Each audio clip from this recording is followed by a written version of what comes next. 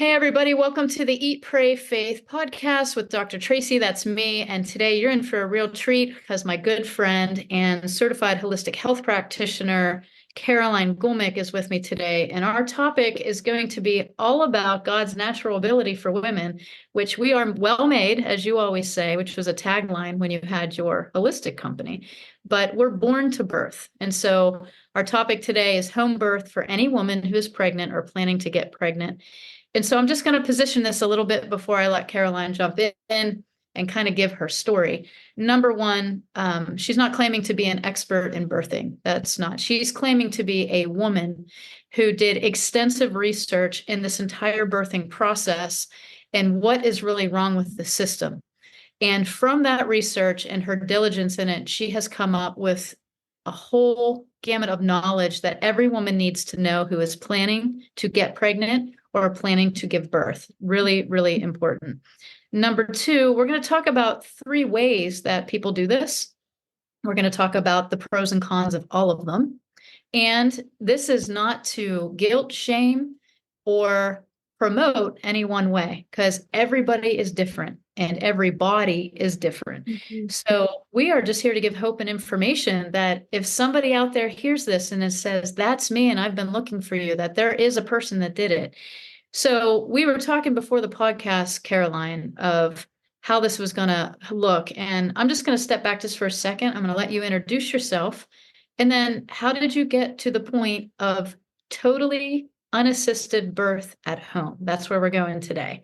No midwives, no doulas, nothing. Just you and your family and the Lord who was there heavy upon it, because I saw the video. Life-changing for me. So thank you for sharing that. So go ahead. Give the world, who are you? Thanks, Tracey. I'll start by saying I'm a woman heavily influenced by you. A lot of the conversations, as I was sort of thinking about things that were important to talk about in this, I went back. I can actually picture the sheet. I had a call with you 6 years ago, probably when I was very first pregnant with my son, who's 5 now, Julian. I had all these things jotted down. I'm like, what is she saying? I need to look into. There were so many new concepts to my mind as a pregnant mom that I hadn't considered yet. And it fired me up so much so that, several years down 2 years later, I ended up opening up a practice. And I trusted you because you helped my husband heal from Crohn's disease several years before that. And so this podcast is such a gift to the people that listen, because without you, you've changed my whole family tree. So much so that then I just gave birth on Christmas morning at home alone. So I owe it all to you, basically. Wait a minute, is this my fault now, Scott? I wasn't there. No, I'm just kidding. No, I think it's and I've watched you grow through this and become such a powerful woman, not only in health, but just as a woman in health. That when you sent me that video, I actually relived both of my births through you and celebrated through you, and it healed a part of me. Wow. It healed a part of me. And I think I sent that to you. I was like, you just healed a part of me that I never had. Look, I'm going to cry. Yeah. But anyway, I'm going to stop talking. You keep talking. Okay. Yeah, it's amazing. It healed my first experience too, because I had learned a lot when I was pregnant with Julian. But even I got like 80% of the way. And then I still felt like at the end, and this is what happens to a lot of women, is they get to the end when you're in this most vulnerable position. You're about to give birth. You've been through 9 months of carrying this life, trying to do the best you can. Certainly every woman wants what's best for their baby, and they're operating in what they think which direction that is. And that's also a really easy time to be taken advantage of, particularly the moment of breakthrough, the transition, when the baby's like about to make its way through you to come out into the world. You're facing life and death. So many women explain it. They feel like their body's breaking apart and you're so close to losing it. And you have to rein it in. And that's when so many women are here.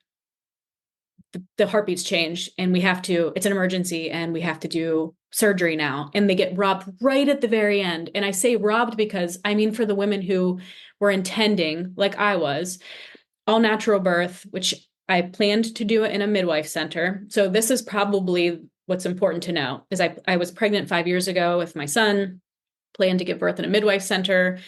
I am negative blood type. So I got the RhoGAM shot at 28 weeks. And at 32 weeks, I happened to be on my chart online and I noticed that it said I was positive for antibodies. And so I called the midwife center at, like, I think I said, yeah, 32 weeks. And I said, I just noticed it says I'm positive here. Is that anything I need to be worried about? Well, unfortunately, in that bam, I was turned over to maternal fetal medicine at the biggest women's hospital in Pittsburgh. And from there, I had to have weekly non-stress tests, ultrasounds. It was very stressful to me, to my whole being. There were talks of maybe we would have to take out all of his blood at birth and replace it. So NICU had to be present. And I was planning a birth at a midwife center. So all of a sudden I was like shoved into this whole other, I had to shift focus so much, and it broke a piece of me in that I remember getting the call and I was just so broken. I'm like, I had this plan, and okay. So we prayed about it and we went and we did all the things they recommended we do, even though deep within both of us, we're like, he's fine. We just knew he was okay. But because they convinced me my blood could harm him more than help him, I wasn't able to delay cord clamping. So I lost a lot of pieces at the moment. They, right as I was transitioning, said his heart rate was dropping. So they vacuumed him out of me. I tore, they cut me, then I had to have stitches. And so that last final moment when it's like the breakthrough of life, it was instead off your knees, on your back, pulling him out, as if I couldn't do that myself. And that is the biggest, if there's one thing to take away from this podcast, it is your body knows what to do. In the baby plays a role and your body plays a role, and with or without you. I've heard even if you're in a coma, your body will still birth a baby. You can't just keep a baby inside of you. The baby will come when the baby is ready. Mm-hmm. They're coming out. And so we've been convinced, it's been hijacked. What if we better keep an eye on it? Monitoring, I'm convinced, is one of the biggest issues around it all, because it's this, if there's any variation from what we have said is normal, then now you're high risk. And so that's where mine all started. And he came out totally fine. Praise the Lord. He nursed right away. I healed. And he's awesome. He's an awesome kid. So hold that thought. So I think right now, probably people are going through their own birthing experience. So I want to give people that are listening a little bit of space here. God is a great redeemer. Mm. He is. And regardless, if you're listening to this and you had a really beautiful birth and you birthed at home and everything was glorious and there were butterflies and rainbows, that's beautiful. And even if you birthed in a hospital and it wasn't the way you wanted it. My first son, right? We were at home with a midwife who was not connected to any hospital, independent. She was great. I'm in the birthing tub. I'm in excruciating pain. I don't know what's going on. And she checks me and she says, he's a footling and he's breech, and I don't deliver first-time moms on a breech. And I was like, well, that would have been good to know 9.5 months ago. Yeah. So like you, in a second, I'm in the car racing to the hospital, emergency C-section. And then the doctor came down after, sat on the side of my bed and lectured me and said, don't you ever do that again. That was my experience. So from that, I have this really awesome son that randomly walks in my office and flicks scissors, but he's great and he's wonderful and he's an exceptional athlete and he's awesome. And then I had my second son. So I want women here to hear that, there are women out there, such as myself, such as you in your first time, and them, that has had a really hard birthing experience, maybe not the way we wanted it, but God does redeem it. What we're talking about today are levels of ways that we've been indoctrinated to think about birth and pregnancy. And Caroline and I were just talking right before here, and I said, in all my natural health journey ever, even putting that post out today seems so unlike Tracey to talk about birthing.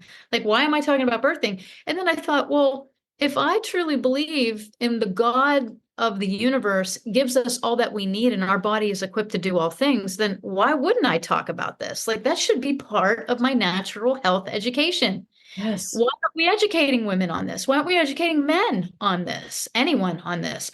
So I think this is really important because the allopathic model does see pregnancy as a medical condition, and it's not. You have taken it to where God positions it and says, you're born to birth. That's what that body is for right there. And that was God's commandment of women. Go forth, populate the earth. Okay. That meant he said we can and we should. So this I related to schools. We talked about that, right? So you got public school where kids go to school and it's indoctrinated, and that's okay. Some people send their kids to public school. I do. I'm not ashamed to say it. And you know what? My kids are warriors in there. End of story. Don't care what anyone thinks. Then there's homeschool, but there's cyber programs. So it's kind of like unschooling, but not really, because it's kind of like, and then you have unschooling where you just do your thing. And that's what we did during COVID. I look at that, what we're talking about today. You got the allopathic medical model of birth. You have the midwifery model of birth, which everyone thinks is 100% natural. And this is not a crack on midwives. You guys are awesome. I'm just giving the levels. And then there is unassisted or free birthing, which is what you did. So that's what we're talking about today. So I'm going to back out again. Keep going. Yeah. Yeah. So after all of that experience, I don't think we thought we probably, what you're told is once you're sensitized, which means I have a negative blood type, my son is positive blood type. When you swap blood, your body builds antibodies to their blood type. So then you become inherently more and more high risk to them the more blood volume you have. So the further into pregnancy you get, they test your titers. And so after all of that, I thought it's probably not worth having another child because that's going to be higher risk. I want to do all these tests again. I'm not for that and all these things. Well, the way God works, it's beautiful because it took all of almost 5 years, but I kind of forgot all about it. It's like he gave me selective amnesia to the whole blood conversation because I was floating in our pool down here in Florida. We moved a year ago. And I remember feeling like, man, God, why does it feel like something's missing? And I felt in it every fiber of my being that he said, your family's not complete yet. And I about fell off the raft because I'm no young spring chicken. I am just turned 37. And I was like, oh my gosh. So I sat with that for a couple of days and I finally told my husband, Scott, I'm like, I think God said like our family's not complete. And he's like, all right, let's giddy up. And so we giddied up. And so then a month later, He we is a got romantic. pregnant. Yes. What's that? He is a romantic. Let's get it.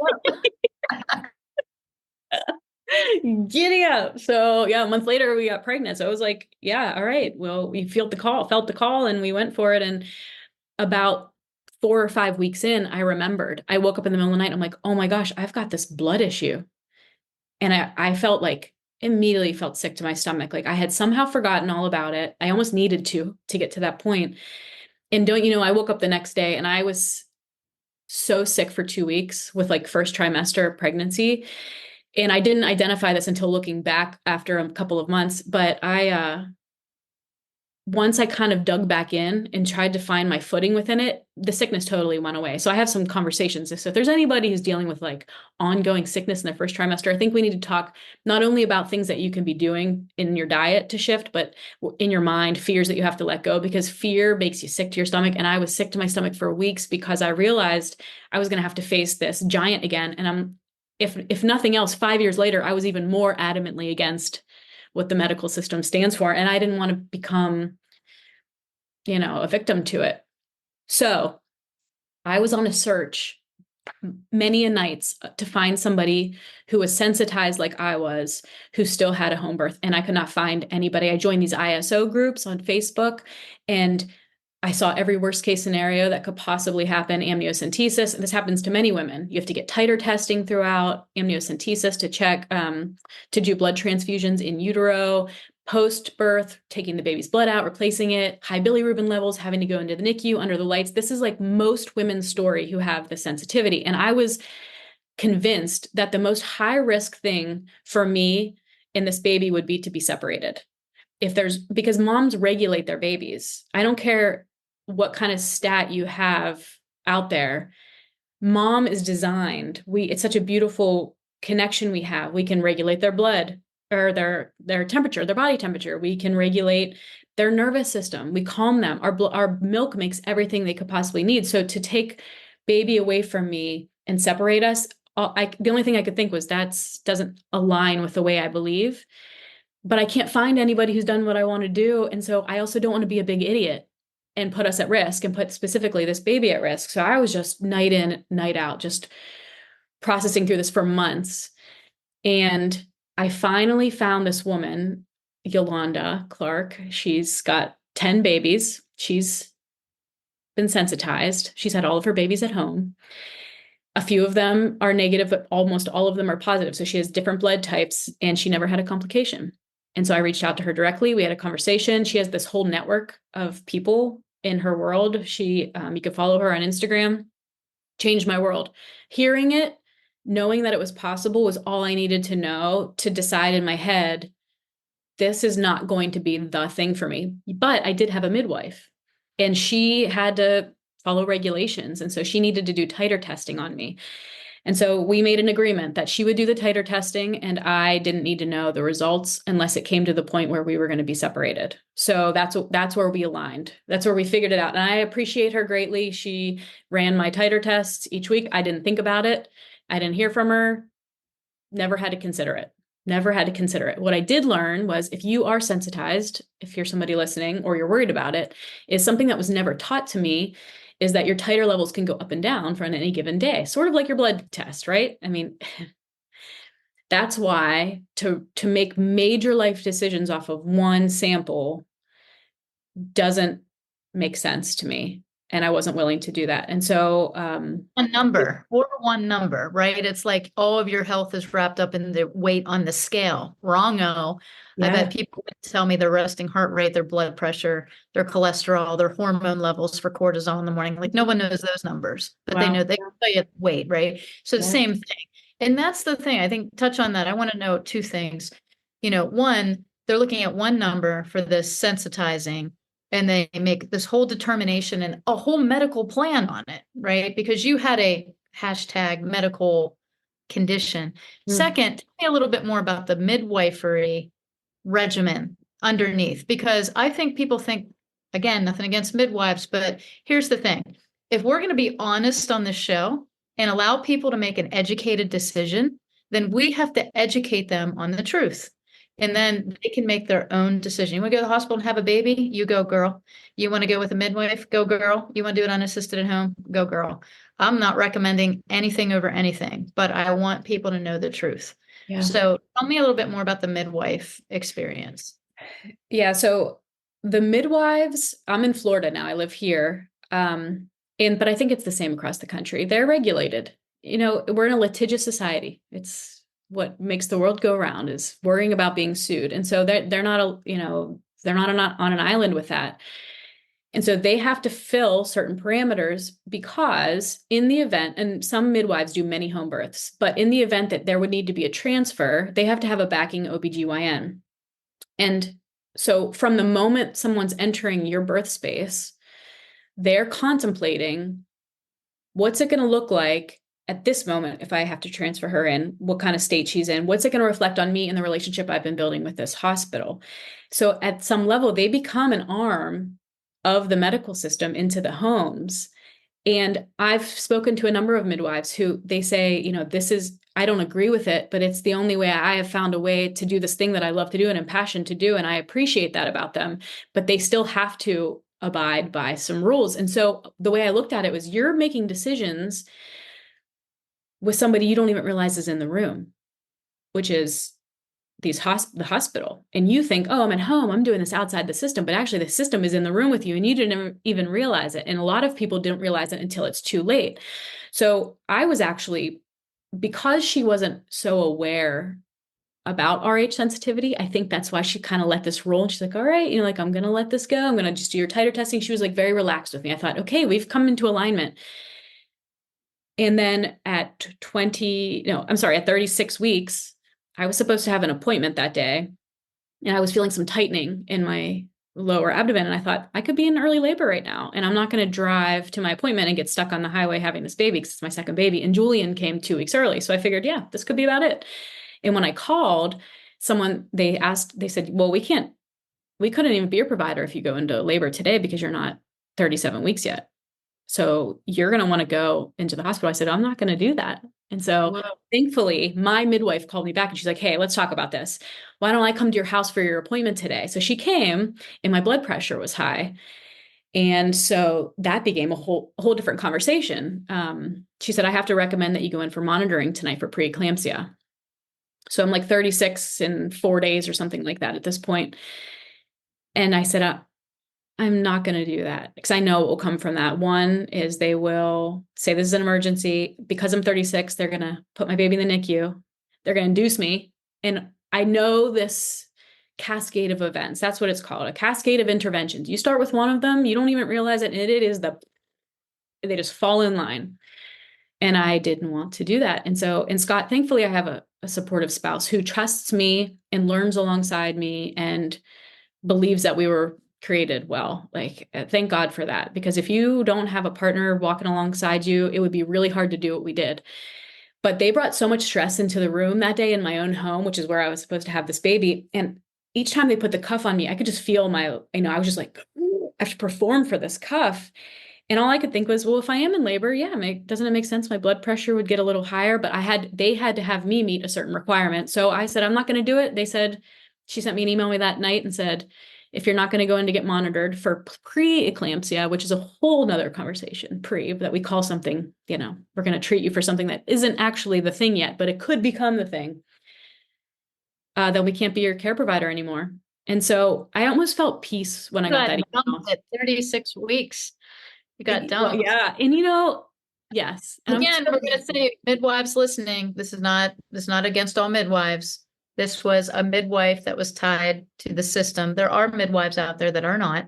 There are midwives that are independent. Not many, but yes, there are. They exist. Yeah, they do. And so I came downstairs that night because I got the email while I was putting my son to bed, Julian. And I came down and I said to Scott, I said, I think we're just going to have to free birth this baby at home. He said, couldn't agree more. And it was like, because he was sitting there with the stress in the room that they brought in. And I thought, if this is the stress I'm feeling now, pre-being in labor, I can only imagine what's going to be brought into the room. And that's what happens is you invite people that have seen worst case scenarios played out into your space. And anything then that's a variation of this if you don't nail everything exactly right, you're then considered the high risk. And boy, I mean, I was geriatric. I have this RH sensitivity. Now I'm pre-eclamptic. I hit check, check, check. And the way I now look at it is the more high risk you are, me, not you, I'm not making any recommendations to anyone. The more high risk I was labeled, the riskier it felt to me to be into a system that called me high risk, because I know how they churn through you with those kinds of titles. And so that's what we did. So we, at 36 and a half weeks pregnant, I went on to the Free Birth Society. We did a course together, Scott and I. We watched through what free birthing is, what are actual emergencies, which there's only like a handful of them, what are variations of normal, what to do with the placenta, how to cord clamp, what to do with the umbilical cord. And then 2 days later, Christmas Eve, my water broke. My water broke for over 24 hours, which again, I would have been transferred. So like add another one to the high risk list. And then Christmas morning, he came on his own. After, and without any complication, I had no fear. People asked, how did you know what to do? And that is such a signal to us. So if I had one piece of advice for anybody that wants to have a home birth, it's watch home births. Most women I've spoken to have never seen a woman give birth. And so, of course, it's scary whenever you would go into it. You're walking into the craziest, life-altering shift in your world that you'll ever experience, and you go into it not knowing what's going to come. Of course, you're going to end up saying, give me the epidural, because you didn't know what was about to come. And so instead of leaning into the sensations in your body and acknowledging and knowing they actually help bring the baby along, you tense against them and you just want to numb it out. And when you do that, you're stealing something away from yourself. And that's one of the cascades of interventions. And so it's the best thing I've ever done in my whole life. It was the most empowering moments of my life. My son got to be there. And now he will have no question about what happens and why it happens and what you look like when you're born and having different parts and what makes a little boy and what makes a little girl and what it sounds like to be in labor. And he won't be one of the men in the world that says like, ugh, I could grow. It was, I'll never get that image out of my head. It'll always, you hear it. It's the norm. And you see labor as an emergency always on television. There's a reason behind that. It's the same reason why every other commercial is a pharmaceutical drug. They're all tied in together. It's to make you believe you do not have control over the situation. You need this mostly man, so weird, to tell your body what to do. Mm-hmm. And Well, you mentioned something right before we got on here. You said this is the beginning of us not trusting ourselves. Can you get into that a little bit more? Yeah, I think it's just the very beginning. You think, and it's this need to know, am I pregnant? Should I and I took a test, I'm not poo-pooing anyone who took a pregnancy test, but it starts right at the beginning for us. I need to know. And then I need to know if the baby's okay. Can you still make sure they're okay? Still okay? Are they still okay? And these ultrasounds we get right from the start, they're not without risk. They can change the cells dramatically in the baby right from the start. You can look, there are many, many pieces of information out there, research if you want to. Ultrasound. So my midwife required one. So I did have one at the 20-week mark. And but you already have tuned out this belief that you know what's best in your body, and just being able to sit with yourself and say, do I feel okay? It's like saying, how do you know you're healthy? Well, are you sleeping well and pooping well? And how are your stress levels? And are you drinking enough water? And like, you can just look at yourself and be like, oh yeah, I think I'm okay. And you probably know when you're not. There's a similar connection, especially with mother and baby, that we have this biological connection. There would be times, and this might sound woo-woo, but I would be praying at night and I would say, like, is everything okay in there? And I'd get a kick like right away, right away. This would happen over and over and over and over. And so it became like a joke in the house. I would tell Scott, I'm like, get ready for the kick, because you're so in tune with your baby if you allow yourself to be. The disconnect happens. We outsource our instincts. And so when you start doing that in pregnancy, then all of a sudden baby comes out and you're like, look at this sweet, perfect little baby. It doesn't quite make sense to chop off the foreskin and put them through this crazy surgery. But they're telling me it's the best thing for them. So I'm going to hand them over to you to do that. And so like, I'm bringing circumcision into the conversation because Okay, you have to. It has to be. It has to be part of the conversation. Vitamin K has to be part of the conversation. Hepatitis B, for STDs or needle sharing, like if your baby's not if your baby's not sexually active and you haven't been using needles, you don't need to have a hepatitis B vaccine shoved into your baby day one of life. that's right. Yeah, And then and 2 months. right? Vitamin K, which is to keep the baby from bleeding when they do the circumcision. So why are we giving it to baby girls? Don't know. Mhm. Second, you're not going to circumcise, or if you just wait according to the Bible, and why the Jewish culture waited 8 days is because vitamin K naturally comes up in about a week where the baby wouldn't bleed out. So that's why people waited to circumcise. So there's a lot of things that we need to consider that God had put into proper order, proper design, and we manipulated those things with fear to pull away and not trust ourselves anymore. And I Mhm. think that's the biggest downfall that's happened to our culture, that we changed the culture that God wanted from the garden, right? Here's a man and here's a woman. Start right there. Two genders. That's it. Biologically, you're a man, you're a woman. When you're down to bones in the grave, they're going to identify you as a man and a woman. This person can birth another life and this can't. That's the only differentiator we have is our pelvises. That's really it. Mhm. Yeah. So, and then we get into, we have the baby or even the pregnancy, like you said, it's all this doubt, doubt, doubt, doubt. I can't do this on my own. I can't do it by myself. I got to have a doctor. This doctor has to oversee it. I mean, my gosh, they took away. Think of the women. When did they do the twilight birthing, right? Where they just knocked the woman out, Yes. Yes. and knocked her out and had the baby, but her body still birthed the baby, even unconscious, like Yes. coming out. Yes. So it's amazing what the body can overcome. And I know there's probably a lot of women listening and saying, wow, I can't believe that you did this completely unassisted birth at home. And that's amazing. And so the resources that you gave are great. Tell me a little bit more about the course that you took and, how did you get involved with that course? Was it through Yolanda's group?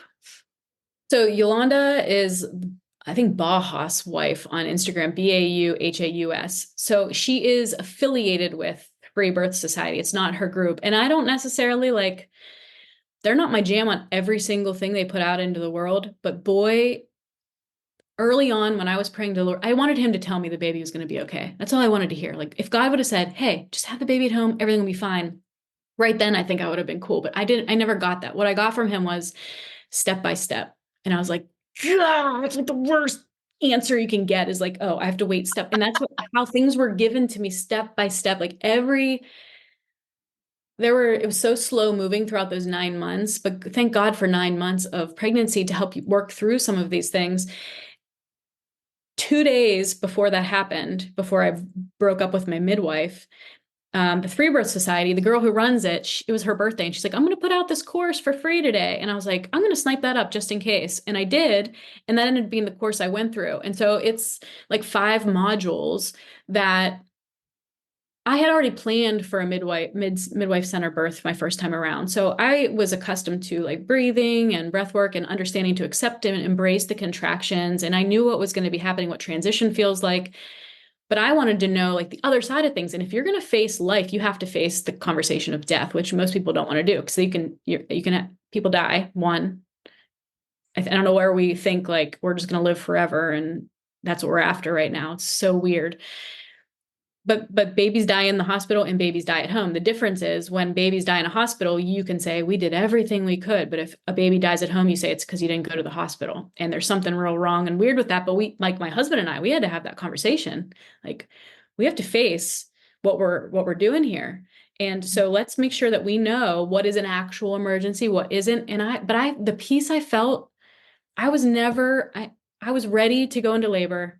I was welcoming it. I was talking to the baby the whole time through that I was in labor, saying like, I'm ready for you. You can keep coming down, moving down. I listened to like when I should move. I actually had a doula that I didn't invite that day. We paid her in full and everything.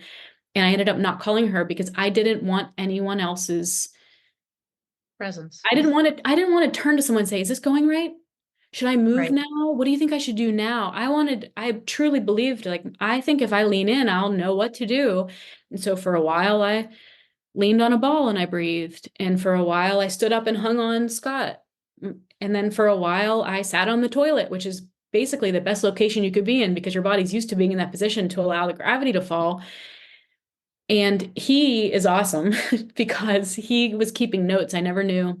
He was capturing clips, pictures throughout that I never even knew he was there. So I sent the video to Tracey. She's one of like 3 people who have seen that.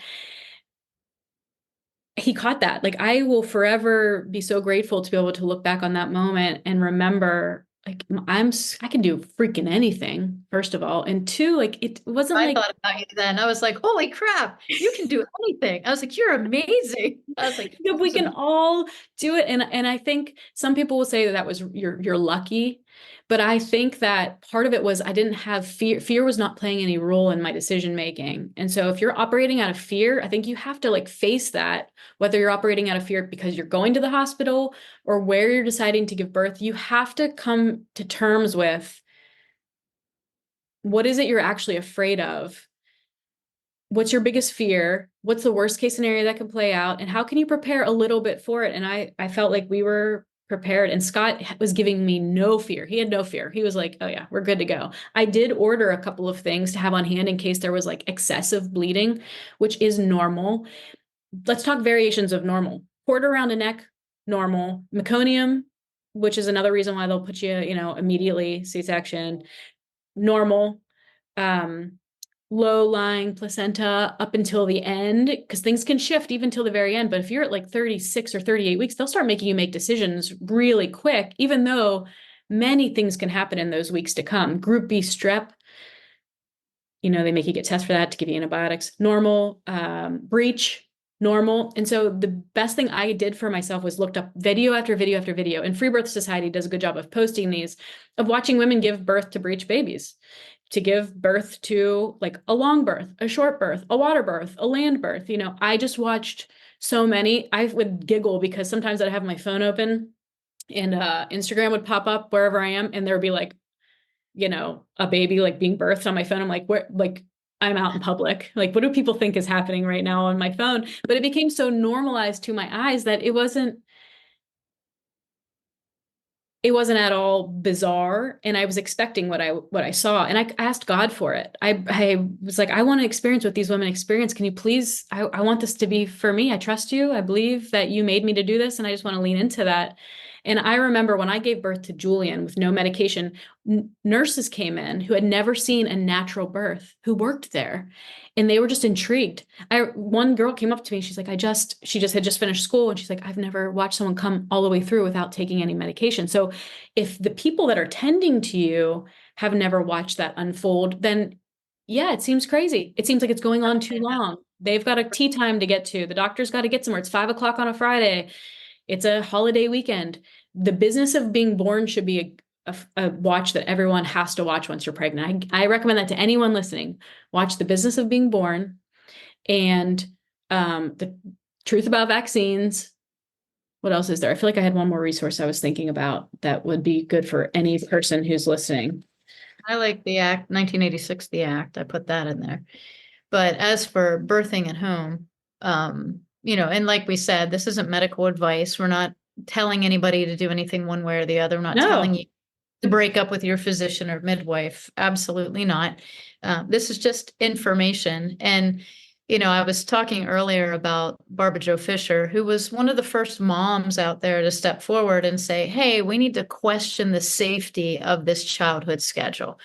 Her son was injured. She had questions. She did a research. She was a mom. And you know what? A lot of changes have happened in our world from just moms, right? Let's start with Eve. I mean, let's go. So we have to understand that you don't need some sort of PhD, bachelor's degree, medical degree to trust your divine created body by a sovereign God, and that you are free to make these decisions for yourself as long as it is what God wants you to do, not what Caroline or Tracey or anybody else wants you to do, but what God calls you to do. And then you follow him through that whole thing.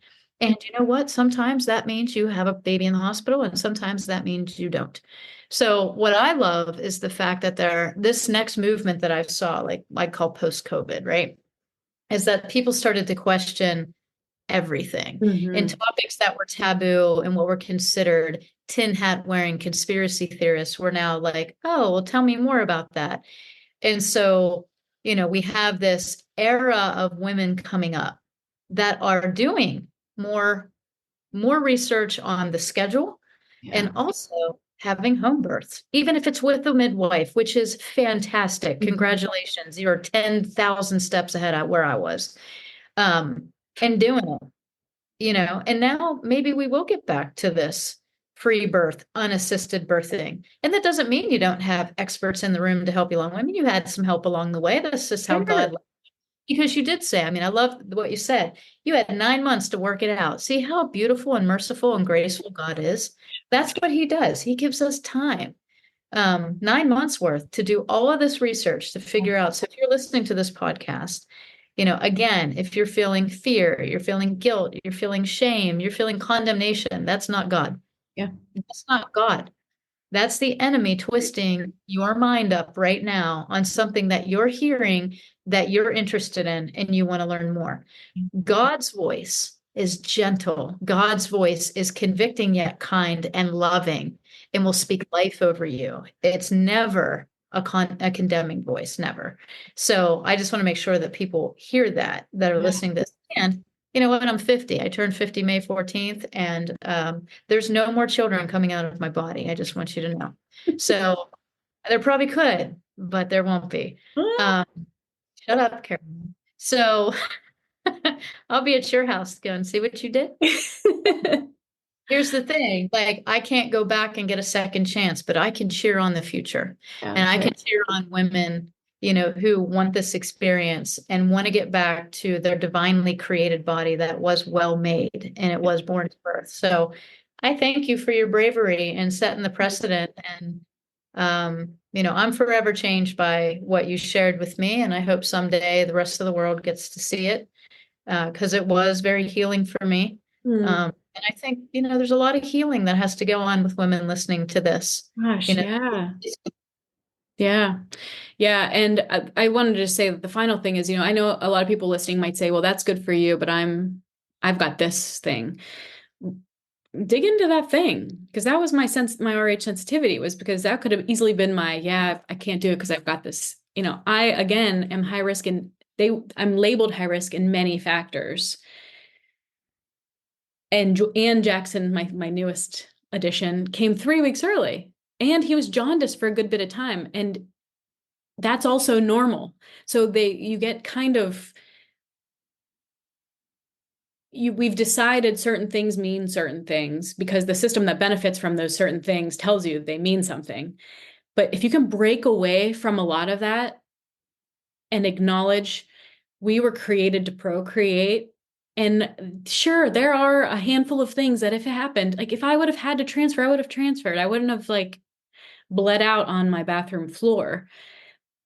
But I think when you walk into something so confidently, your body responds in a different way, and the baby responds in a different way because they're not coming out into the stressful environment. There's like this, oh, I'm being welcomed out into the world. He came because he was ready. A baby releases proteins to start labor when they're ready. His came 3 weeks early, but on a schedule on paper, you have to fall into these very specific time frames that man has created. And so whatever man has created that makes you feel like you are the exception to this, maybe just challenge that a little bit in your own mind, and then look for stories of others who have challenged it if you desire. If you don't, and you're like, hey, I'm down with the medical system, which if you're that and you're listening to this podcast, welcome, but probably unlikely. There's probably a lot of people in here that are like, yes, I kind of want this, but I didn't know. I don't know if it's for me. I don't know if I could do it. You could. There's not just all this favor on me in my situation. We have been given this favor by God in his creation of us as women. We all have favor over bringing life into this world. And when you step through this portal of being not a mom to bringing life into this world, it can be forever life-changing in a positive way as opposed to a negative way, which I know a lot of women have walked away from. And if you haven't done it before, you should you should process that out, like write out your story and release it out and give it back to God, because it doesn't need to define you as a woman or as a mom. Right. Okay.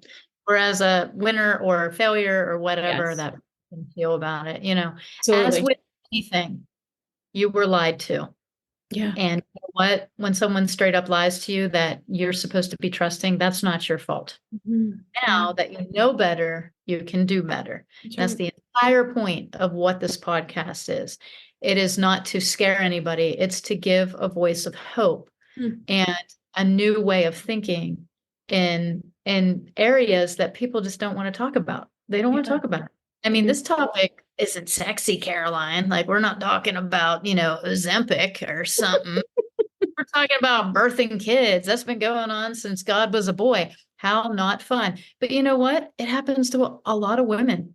I mean, a majority of women on the earth. So it should be something that people talk about. Yeah. And non-condemning voice. I do follow a few people or their friends on my timeline, and I watch how they talk to women about birthing, about circumcision, and they just come at women like this is mutilation. And I'm like, yeah, it makes you put up a wall immediately. Yeah.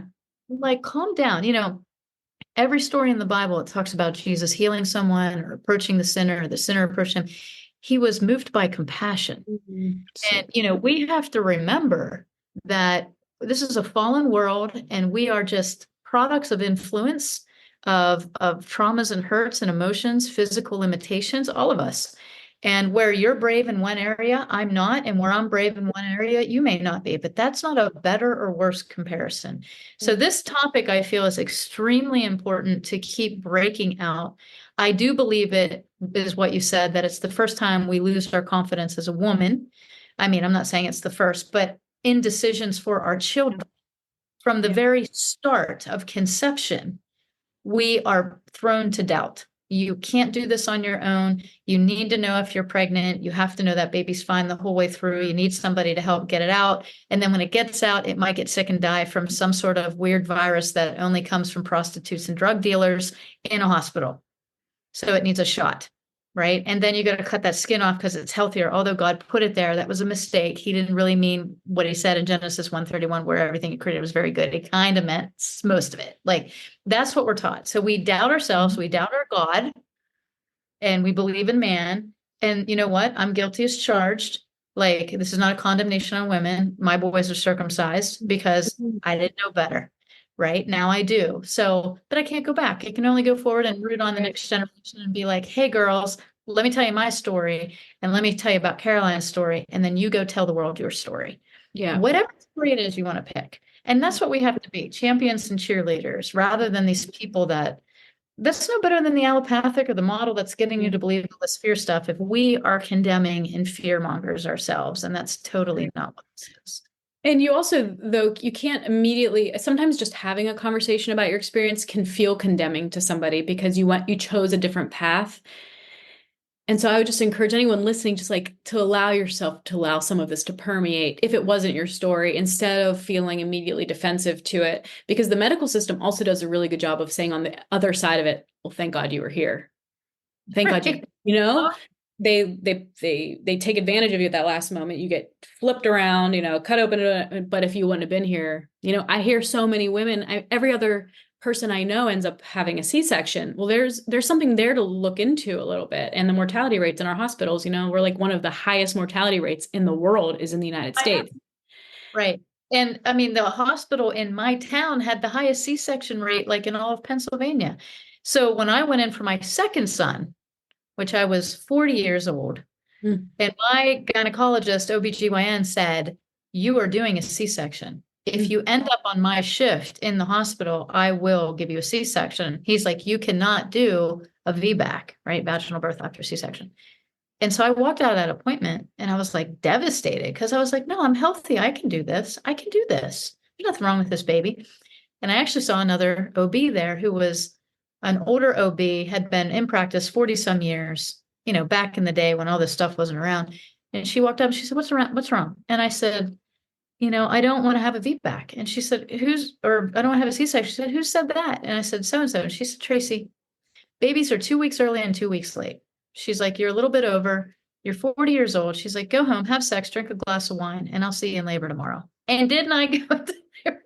Like the woman knew, like she basically was saying, relax, your body knows what to do.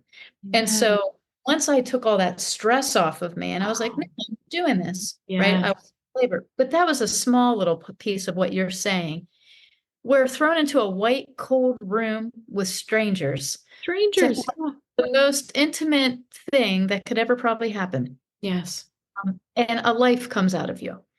And a cold hospital that's unfamiliar smells, unfamiliar noises.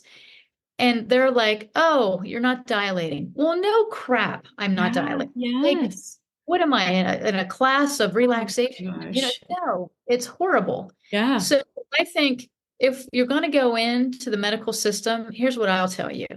Set it up for success. Like when I went in for my second son, I took all my oils, I took my supplements, I took shakes. I called my friend who's a chiropractor. I said, I'm going into labor. I need you to come in because I need the baby adjusted as soon as it comes out. Like I had all the things. So I had this small little piece of comfort walking in there, right? I got so far, I got stuck, ended up that they gave me an epidural because I just couldn't relax and everybody's rushing around me. And my husband was like, just get the epidural. You're stuck. You're stuck. And so like everybody was on me. So I did it and I dilated and I had Luke and it was fine. Got adjusted, had all my oils. And you know what? Nobody bothered me. Nobody came into my room and checked on me. Not that they didn't, but they came in and they would be like, oh, it smells so good in here. Do you need anything? And I'm like, no, I don't. I had the lactation consultant come in. She was hacking all over me. She was so sick. I was rubbing oils on her. Like, so it was like I brought a piece of my home into the hospital. So if you're going to go into the hospital, like do those things, have a birthing plan, have somebody that will help you stick by it if that's the avenue you have, right? If you choose a midwife, have the conversation like Caroline was talking about. Know when will you be able to give birth? Is it 36 weeks, 35 weeks? When are they going to pull you out of their care and push you into someone else's? What's an emergency on their list? Yep. Have the conversations. You have 9 months to figure this out. And if you're going to go unassisted, then follow the links that we're posting in this podcast so that you have resources. So I'm going to let you close us out here. Can I just tell a quick little story because I feel like it's the end all be all of it. So I went into active labor at 1. Jackson came at 5. I caught him, as you saw, with my hands. If anybody reaches out who listened to this and you're authentic and true and you really want to see it, I'll send it to you because it will change you to see somebody do it. I caught him. My other son walked into the room as I was catching him, and he had been saying all night long, can we open presents yet? Because it's Christmas morning, but he was up all night and I was in labor. So he'd come in, see me in labor, go back and like lay down and kind of be awake. I gave birth at like 5:30 in the morning. By I think 6:15, we have a picture of him on the same bed where I gave birth, opening up his first present. And it's like, what beauty. If that would have happened anywhere else, we would have been separated on Christmas, Julian and I. We would have had to find someone to tend to him. Instead, he got to be a part of it all, and I got to lay in my bed that day with my sons and celebrate Christmas. It was such a gift to my whole world. And Julian got to cut the umbilical cord. So we were talking to a little girl the other day who just had a little brother, and he said, who cut his umbilical cord? She didn't know what he was, referencing, but he's very proud. He knows he was part of like this really big Wow. thing. And he saw someone on TV who went to a hospital. He's like, why are they going there? And so I'm just thinking like, there's a shift happening in my own son's world that he got to witness this, that will forever change him and embrace like our God-given creation. So I just wanted to tell the story from cutting the umbilical cord. And it was just such a gift to me as a mom. And make a plan for yourself. If you're going to go in and you don't want an epidural, decide you're not going to have it. If you say, I'll get it if I'm going to try not to, you'll probably have it because it's not fun, to go through labor. But if you actually embrace what your body's doing, like I didn't time contractions, I was just allowing my body to unfold. So if you don't have expectations over yourself and you just breathe through each one, take rests in between contractions, move when you feel like your body is starting to feel a little bit, like, all right, it's time to move around a little bit. Then you allow yourself to move around a little bit, lean into that. And you make some decisions on the front end. And it really helps to have a partner who is supportive. And so let them watch some of the videos with you. We let Julian watch some natural birth videos too, because I didn't want him to be so freaked whenever he heard me sounding a different way. And so he was very just like, yeah, it was no big thing to him because he had already seen it. So if you normalize it for yourself, then you'll normalize in your family, then it will be very normal for you. It is normal. And two or three generations ago, I mean, everyone was giving birth at home. 1900, right? Rockefeller, Carnegie ruined it all, but that's when everything shifted. We were having births. Everyone was birthing at home. This is not new. This is actually, people call this like new age. This is like, no, this is like the oldest age. Like we're just going back to doing what we were meant to do. What's that? Right. This is God age. This is God age. Was, is, and will be. That's how far back and how far forward. So, Yes. well, Yeah. thank you for sharing your story. And, like I said on this podcast, I have experts in different areas, and then I have people that have amazing stories that can change other people's lives. And Caroline, you're definitely one of them. I hope you consider moving forward in this whole movement. I think your story is powerful. I think your journey is powerful. And I think what you've discovered is powerful. So maybe you'll write a book. We'll see what happens. Since you tried to throw pregnancy on me, I'm going to throw a book on you. Okay. All right. I'll start writing it. Whatever you say. Thank you so much for having me. Absolutely. You're welcome back anytime. We can talk about this through and through, but God bless you guys. Thanks for tuning in, and make sure that you share this podcast with anybody that you feel could benefit from this. Also, make sure you subscribe, and I just thank you for being here. God bless.